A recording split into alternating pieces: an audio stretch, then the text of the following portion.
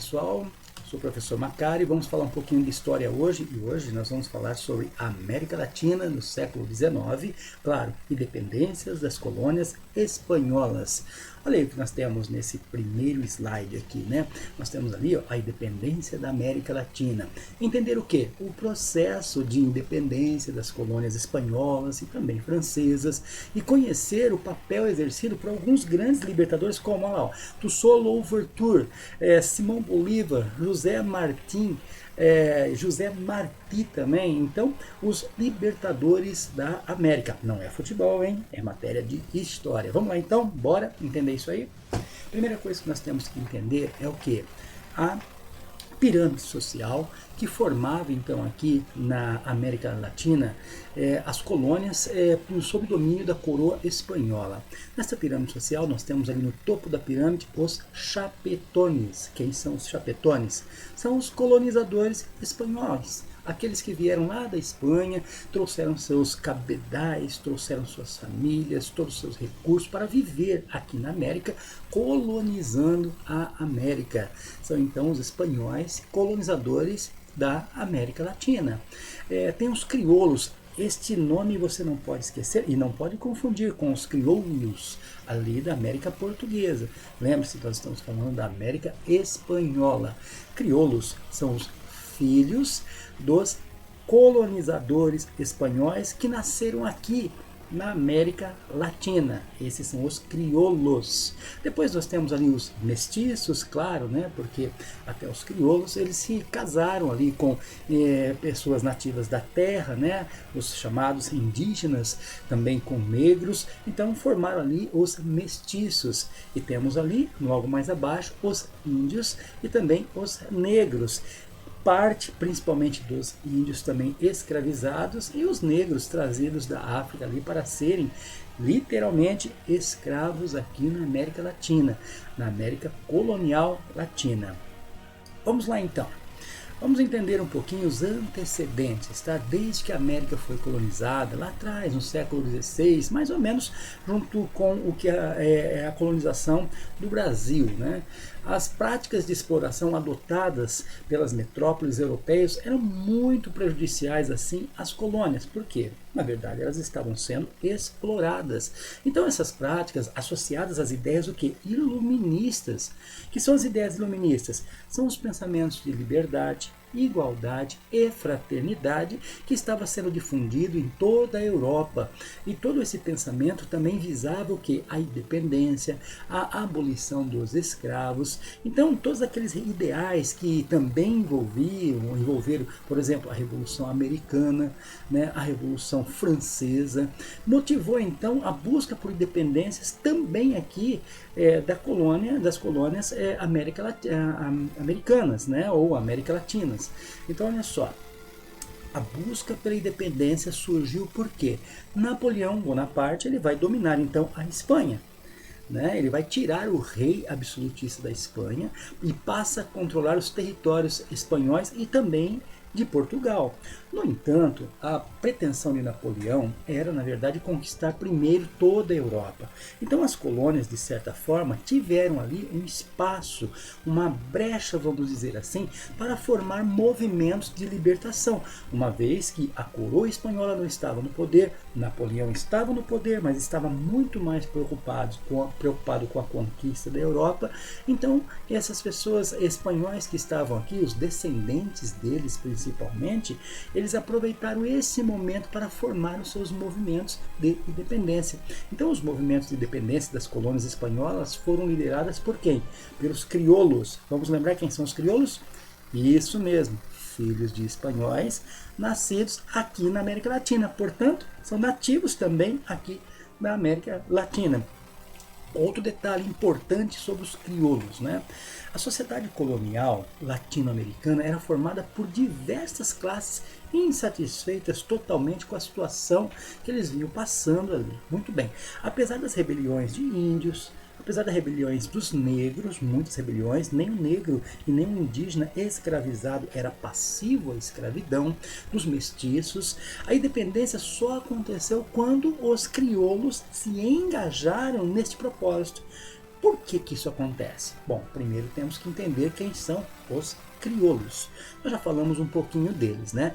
Estavam insatisfeitos com o impedimento de exercer cargos políticos, porque apesar de constituírem elite econômica e cultural, na verdade eles não eram de origem nascidos na Espanha, eles eram nascidos na América Latina. Além disso, muitos crioulos viviam estudando na Europa, ou seja, os chapetones, eles tiveram seus filhos aqui, mas esses filhos, chamados crioulos, eles foram estudar na Europa. E lá, o que eles aprenderam na Europa? Também aprenderam sobre a questão das ideias iluministas, liberdade, igualdade e fraternidade. Ele sabia muito bem que precisava, para ter o desenvolvimento na terra que eles nasceram, na América Latina, precisavam de liberdade lá da metrópole. Certo? Então eles vão lutar para ter essa independência. Os pais, eles eram colonizadores. Então a esperança estava que à medida que os pais morriam, eles iam herdando então aquelas terras, herdando todo o poder, e essa herança de poder fizeram com que os filhos desses colonizadores, os crioulos, quisessem a liberdade para poder desenvolver aqui nações, países, estados nacionais latino-americanos, independente de qualquer metrópole europeia. Ainda sobre os crioulos, é muito importante nós entendemos que eles vão chegar à independência espanhola. Eles poderiam assumir governos dos novos países e aumentar então os seus lucros por meio do que? Das independências, e foi o que eles fizeram. Procurar vender os seus produtos diretamente, né, as mercadorias que eram produzidas aqui, vender para os países, para as outras nações. E com a liberdade, com a luta pela independência, eles realmente conseguiram isso. Vamos entender um pouquinho também, antes de nós entrarmos nas independências, como funcionava ali o sistema de organização administrativa e de defesa da América Latina. No período colonial, no período do antigo regime, absolutismo, lá da metrópole, certo? E aqui, colônia submissa à metrópole espanhola, a Espanha dividiu aqui em 4 vice-reinos. O que eram os vice-reinos? Veja, era muito difícil para o desenvolvimento da colônia espanhola, dado o seu estilo geográfico, né, você vai ver que ela é um território bastante esguio, bastante longo e estreito ao mesmo tempo, banhado por muito mar, tinha muito litoral. Então, para administrar todo esse território, que não era, olha, se você olhar o mapa do Brasil é mais centralizado ali. Então, um governo geral, que pelos espanhóis seria chamado de vice-reino, seria suficiente para o Brasil. Mas no caso da América Espanhola, não. Eles fizeram 4 vice-reinos, subdividindo o território para poder comandar melhor o território de acordo com suas necessidades, desde o México até a América do Sul, né? Até por conta que tanto geograficamente, politicamente, culturalmente eram muito diferentes. Então precisava de ter um contato mais rápido com a metrópole, e para isso não poderia esperar por muito tempo por conta da falta de tecnologia nas comunicações. Não era como hoje, né? Demorava muito para vir respostas. Então estabeleceu-se vice-reinos aqui na América Latina. Mais uma vez, para não esquecer, não estou falando de América Portuguesa, de Brasil, estou falando dos países os que se tornaram países hispânicos, né? Os países hispânicos, na verdade, né? Cuja metrópole é a Espanha. Então esses 4 vice-reinos eram como se fossem 4 vice-reis, literalmente, que falavam em nome do rei de Portugal, administrando assim todo esse território colonizado ainda. Nós tivemos a Nova Espanha, Nova Granada, Peru e o Rio da Prata. São esses 4 territórios ali, 4 lugares que tinham vice-reis. Agora, e como cuidar de tudo isso? A questão da defesa, impedir as invasões. Para isso foram criadas 4 capitanias gerais. O que são as capitanias gerais? Áreas bélicas de proteção. elas impediam que esse território todo ele fosse invadido, pois eram regiões que podiam facilmente ser atacadas ali pelos seus inimigos. Afinal, como eu disse, Pacífico, você tem o Atlântico, é muita água, é muito mar, muito litoral. Então, de certa forma, era o ponto crucial que os invasores poderiam utilizar ali para tomar esses territórios. Então, Chile, Cuba, Guatemala e Venezuela fizeram então as defesas de todo esse território que vinha lá do México até aqui embaixo na Patagônia. Muito bem. Aqui nós temos então um mapa da América Espanhola na sua administração, né? Os vice-reinos divididinhos ali e as capitanias gerais para a defesa aí de todo o território hispânico. A maioria se tornou independente. Todas as colônias espanholas, dentro das suas lutas, se tornaram independentes. Vamos falar um pouquinho da independência, de algumas independências, tá? A independência do México e da América Central, por exemplo, tiveram características bastante diferentes. Até porque quando o México se tornou independente, ele não se tornou uma república no primeiro momento. Ele, por cerca de 2 anos, ele foi um império mexicano. Teve um imperador que durou praticamente só 2 anos mesmo. O vice-reino então da Nova Espanha tornou-se independente com o nome de México. Em 1810, 2 padres lideraram então um movimento de independência, o padre Hidalgo e o José Maria Morelos, né? Hidalgo ele foi, lógico, né, reprimido e fuzilado por espanhóis porque queria a independência. Mas o padre Morelos defendia ideias bem liberais como abolição da escravidão, diminuição de impostos e aceitação, por exemplo, de colonos em cargos civis e até mesmo militares. Esses ideais degradavam a elite crioula, que passou a liderar o movimento. Então, em 1821, a independência do México ela foi proclamada pelo general crioulo. Olha mais uma vez aí a participação, né, dos filhos dos espanhóis colonizadores, Agustín Iturbide. Ele vai assumir então o México então nesse período. Agora, a colônia, lembrando sempre que a princípio eles eram um império, depois eles passaram a ser ali então república, tá? As colônias centro-americanas, por exemplo, seguiram o exemplo do México e se tornaram também dependentes da Espanha, mas já se tornaram diretamente república. Bom, em 1823, essas colônias foram a Confederação das Províncias Unidas da América Central. É assim que eram as colônias. Mas em 1838, a Confederação, então, o que vai acontecer? Ela se desmembra e em 5 repúblicas, e aqui você tem a lista delas aqui, ó, Nicarágua, Guatemala, Honduras, El Salvador e Costa Rica. Um detalhe aqui que eu quero deixar para vocês, tá? O México ele pertence à América do Norte ou pertence à América Central? Muito bem, eu coloquei uma explicação aqui. Geofisicamente, alguns geógrafos incluem o território leste, né, cerca mais ou menos de 12% ali do que é o México ali, na América Central. Geopoliticamente, no entanto, o México é totalmente considerado parte da América do Norte. Interessante isso, né?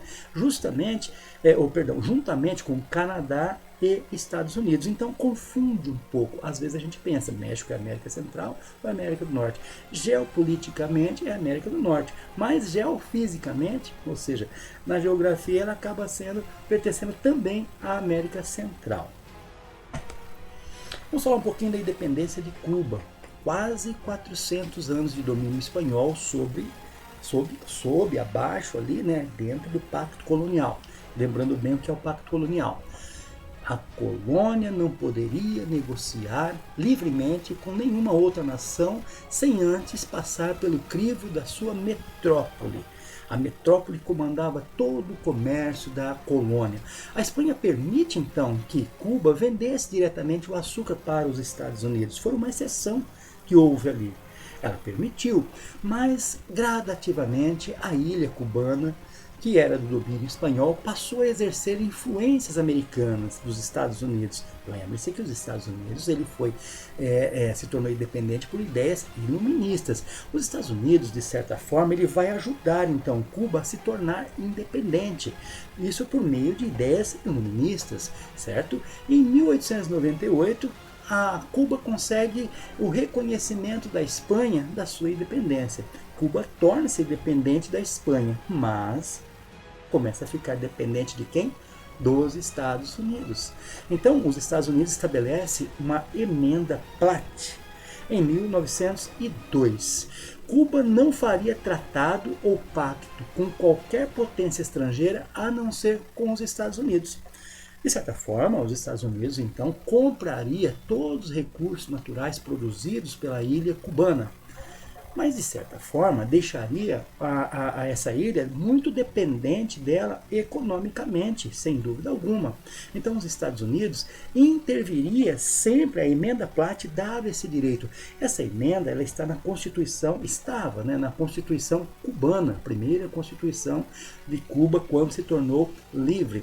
E os Estados Unidos interviria em Cuba quando ela quisesse ou quando ela achasse necessário. Qual era o objetivo disso? Preservar supostamente a independência cubana. Cuba, então, ela passa então por uma revolução lá na frente, todos vão saber, em 1959, grupos de guerrilheiros, não pertence aí já à ideia de independência, mas só para entender, né, guerrilheiros nacionalistas, né, promoveram então a famosa Revolução Cubana em 1959, livrando a ilha dos ditadores dos Estados Unidos, estadunidenses, porque de certa forma virou uma ditadura desde a sua independência. A ilha dependia praticamente totalmente dos Estados Unidos, e vai livrar então dos ditadores. A guerrilha, a Revolução de 1959, uma revolução nacionalista por parte de Fidel Castro, com a ajuda do comunista Ernesto Che Guevara. Então, depois lá na frente do contexto da Guerra Fria, Estados Unidos, discordante, claro, das políticas revolucionárias, passam então a boicotar o quê? Os produtos cubanos, ou seja, não vamos mais negociar com Cuba, vamos deixar Cuba se virar. Veja bem que o país estava há anos e anos dependente dos Estados Unidos para praticamente tudo. Só que as imposições, a exploração que havia em várias áreas, jogos, até prostituição, tudo isso fez com que a ilha perdesse sua liberdade, perdesse ali o seu status de Estado mesmo, a sua autonomia. Então, simplesmente, os Estados Unidos, no período da Guerra Fria, ela vai, de certa forma, deixar Cuba, boicotar os produtos cubanos. E na Guerra Fria existia a polarização entre capitalismo e comunismo. Então, mais ou menos em 1900, a partir de 1961, a Cuba vai se aproximar então da União Soviética, que passará a exercer tudo aquilo, né, a ajudar Cuba, a influenciar tudo dentro das questões da Guerra Fria, que nós já sabemos, e Cuba se tornará então um regime comunista a partir de então. Então, a partir de 1961, o país cubano se tornou socialista, se tornou ligado à União das Repúblicas Socialistas Soviéticas, tornando-se, de certa forma, dentro do contexto da Guerra Fria, inimigo dos Estados Unidos, mais protegido pela União Soviética. Muito bem. Mais uma vez, nós temos um mapa aqui para continuarmos entendendo aqui, né? Na América Central, nós temos um destaque na República Dominicana, que se tornou independente em 1844. Cuba, então, ela obteve a sua emancipação só no final do século XIX, nós já falamos ali, né? No Haiti, por exemplo, uma revolta de escravos, isso é muito interessante, porque ela vai ser causa de se pensar na questão da abolição no Brasil, porque como aconteceu no Haiti, também poderia ter acontecido no Brasil. Isso vai estimular, então, a abolição no Brasil. Então, olha só, uma revolta de escravos tornou este país o primeiro a conquistar a independência em 1804, ou seja, bem antes do Brasil, né? Além disso, tornou-se a primeira república negra da história. Em resumo, os negros simplesmente se uniram e tomaram o poder da ilha né, do Haiti, e formaram então a primeira república negra da história. Existia esse medo também no Brasil, só que o Brasil só libertou os escravos em 1889, né, em 88, né, pela Lei Áurea. Em 89 tornou-se então uma república, mas todo esse período, principalmente a partir do meados do século XIX, havia o temor do Brasil fazer o que essa revolta de escravos, como aconteceu no Haiti, mas isso acabou influenciando também nas questões abolicionistas no Brasil. Importante lembrar sempre desses dois personagens, San Martín e Simón Bolívar. A independência aconteceu através de dois movimentos liderados, né, por San Martín e Simón Bolívar. Eles queriam a libertação de toda a América. San Martín nasceu, era um argentino, em 1778. Participou dos movimentos de independência no Chile, no Peru, na Argentina também. Obteve a ajuda do comandante inglês Lord Chohan, né, e também que lutou na conferência do Equador no Brasil. Lembra-se ali da conferência do Equador, no período de Dom Pedro I, ele também estava participando, ele era um revolucionário. Na América do Sul, nós tivemos, vale lembrar, que as participações da Inglaterra e dos Estados Unidos tiveram uma forte motivação econômica. Eles acabaram ajudando, sim, nas independências, influenciando com ideias iluministas, liberdade, igualdade e fraternidade, mas não podemos nos esquecer que tanto os Estados Unidos, principalmente a parte norte, e a Inglaterra, ela queria transformar, por exemplo, os escravos em pessoas assalariadas para se tornar consumidoras dos seus produtos, porque, na verdade, nós temos ali uma Inglaterra que está passando por um processo revolucionário industrial muito forte, e isso também estava acontecendo com os Estados Unidos. Então eles precisavam de consumidores, e era importante a independência desses países deixarem de ser colônias europeias para se tornarem, na verdade, aliados, né, comerciais e consumidores que teriam ali em toda a América Latina. Então, por isso que esses dois estavam engajados nesse propósito. Mais uma vez, nós vamos falar um pouquinho de Simón Bolívar. Era um venezuelano, inclusive até hoje se idolatra a imagem de Simón Bolívar, apoiou a participação popular nos movimentos e defendeu a abolição da escravidão. Chegou a ser presidente da Grã Colônia, formada inicialmente por Colômbia e Venezuela. A questão é que Simón Bolívar, ele sugeriu ali uma criação da Pátria Grande. O que era a Pátria Grande? Transformar a América Latina em uma única nação formada por países como Colômbia, Venezuela e Equador. Porém, a falta até de articulação por questões culturais muito diferentes, economia, política muito diferente entre as colônias espanholas, impediu então a criação dessa tal grande pátria, ou pátria grande, como se dizia, né? Ficando definida agora em pequenas repúblicas, como nós conhecemos até os nossos dias. Bom, pessoal, tem muito detalhe sobre isso, mas vale sempre importante lembrar da América Latina atual. Veja como é hoje, do México para baixo aqui é tudo América Latina. Lembrando que o México, né, ele faz parte, claro, da geopolítica da América do Norte, mas, no entanto, geograficamente ele está ligado em boa parte com a América Central. A América Latina, então, é essa coxa de retalhos, né? Segundo Bolívar, poderia ter se tornado ali toda a América Latina, com exceção do Brasil, um único grande país, a Pátria Grande, mas não aconteceu. Se tornaram pequenas repúblicas. E o Brasil conseguiu se tornar o maior país praticamente da América Latina, porque ela conseguiu fazer com que os seus estados, né, suas províncias, então, sob a égide dos imperadores Dom Pedro I e Dom Pedro II, ele não deixou com que eles se separassem. Simplesmente manteve unida, e esse país que se tornou a Confederação Brasileira. Lembrando que o Brasil tem a ver com a América Portuguesa, e nós estudamos hoje sobre a América Espanhola, tá? América Latina na parte espanhola. Hoje nós vamos ficar por aqui, estudaremos mais outras questões sobre a América Latina, mas é isso aí, até a próxima aula, aquele beijão no coração, tchau, tchau para vocês, valeu!